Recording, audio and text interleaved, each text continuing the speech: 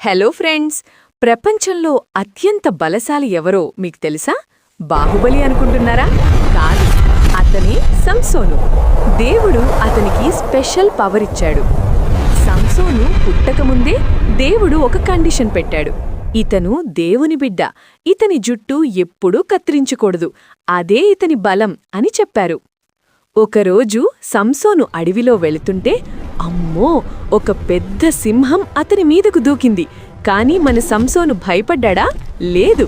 దేవుని బలంతో ఆ సింహాన్ని ఒక చిన్న పిల్లిని పట్టుకున్నట్లు ఓడించాడు.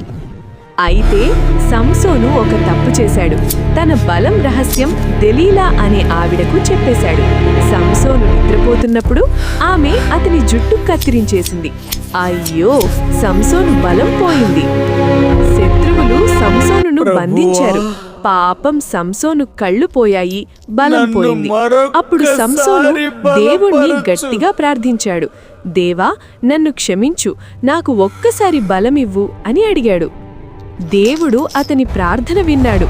సంసోను శరీరంలోకి మళ్లీ బలమొచ్చింది. గట్టిగా 2 స్తంభాలను నెట్టగానే ధబేల్! ఆ పెద్ద భవనం మొత్తం కూలిపోయింది. శత్రువులందరూ ఓడిపోయారు. చూసారా పిల్లలు, మన జుట్టులోనో కండరాల్లోనో బలముండదు. మనం బుద్ధిగా దేవుని మాట వింటే ఆయనే మనకు బలాన్నిస్తాడు. మరో కథతో మళ్ళీ కలుద్దాం.